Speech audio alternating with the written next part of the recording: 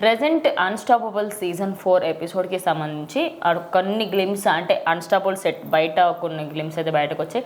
అందులో అటు రామ్ చరణ్ అయితే నమస్తే సార్ అనుకుంటూ ముందుకు వస్తే ఏ సార్ ఏంటి బ్రో అని అనే విధంగా అయితే వాళ్ళిద్దరు కాంబినేషన్ చూస్తేనే చాలా అద్భుతంగా ఉంది. మరి ఆ ఎపిసోడ్కి సంబంధించి ఏమైనా అప్డేట్స్ తెలిసాయా? సో ఖచ్చితంగా రామ్ చరణ్ గారు బాలయ్య గారు వాళ్ళిద్దరిని అలా ఒక దగ్గరగా చూడటమే ఫ్యాన్స్కి చాలా ఒక ఫీస్ట్గా ఉందన్నమాట.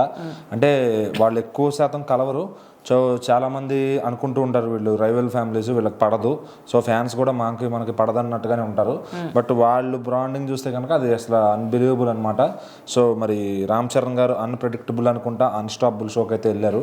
సో మరి ఖచ్చితంగా అక్కడికి వెళ్ళంగానే బాలయ్య గారు రిసీవ్ చేసుకున్న విధానం అంతా కూడా అంటే ఇటు రామ్ చరణ్ గారి ఫ్యాన్స్కి కానీ అటు మెగా ఫ్యాన్స్కి కానీ వాళ్ళు అంటే అందరినీ దాన్ని ఏమంటారంటే అందరితోనూ ప్రేమగా పెంచుకుంటూ వెళ్ళిపోతున్నారు బాలయ్య గారు.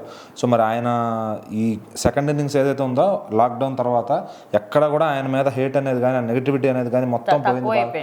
మొత్తం ఇదివరకు తెగ నెగిటివిటీ చేసేవాళ్ళు, చాలా ఇది చేసేవాళ్ళు, ఆయన మీద వాంటెడ్లీ నెగిటివిటీ చేసేవాళ్ళు. ఇప్పుడు ఏంటంటే లాక్డౌన్ తర్వాత ఎప్పుడైతే వాళ్ళ చిన్నమ్మాయి ఆయన మొత్తం డిజైన్ చేసి ఆయన ప్రోగ్రామ్ మొత్తం ఆవిడ చూసుకుంటుందో అప్పటి నుంచి కూడా వేరే వాళ్ళు ఎవరు కూడా ముక్కు మీద వేలేసుకుంటున్నారు బాలయ్య సక్సెస్ చూసి.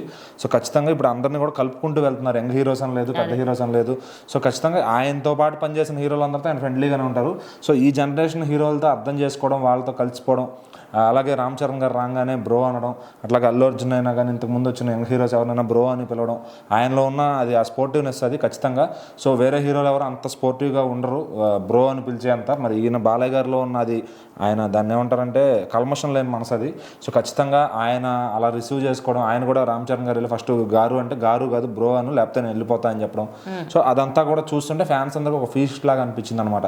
అలాగే లోపల కూడా చాలా ఫన్నీగా మాట్లాడుకోవడం, అట్లానే ప్రభాస్ గారికి కాల్ చేయడం, లేదా ఇంకా వేరే ఇతర కాల్స్, అలాగే కొన్ని ఇమిటేషన్స్ చేయడం, అట్లాగే ఈయన జై బాలయ్య అంటాం, ఆయన ఇంకా జై చరణ్ అంటాం.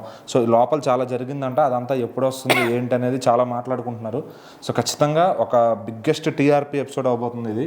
సో అంతకుముందు ప్రభాస్ గారిది అయ్యింది, దాని తర్వాత మళ్ళీ నెక్స్ట్ టైం బాలయ్య గారు చరణ్ గారిది ఒక బిగ్ ఎపిసోడ్ అవబోతుంది అన్స్టాపబుల్లో.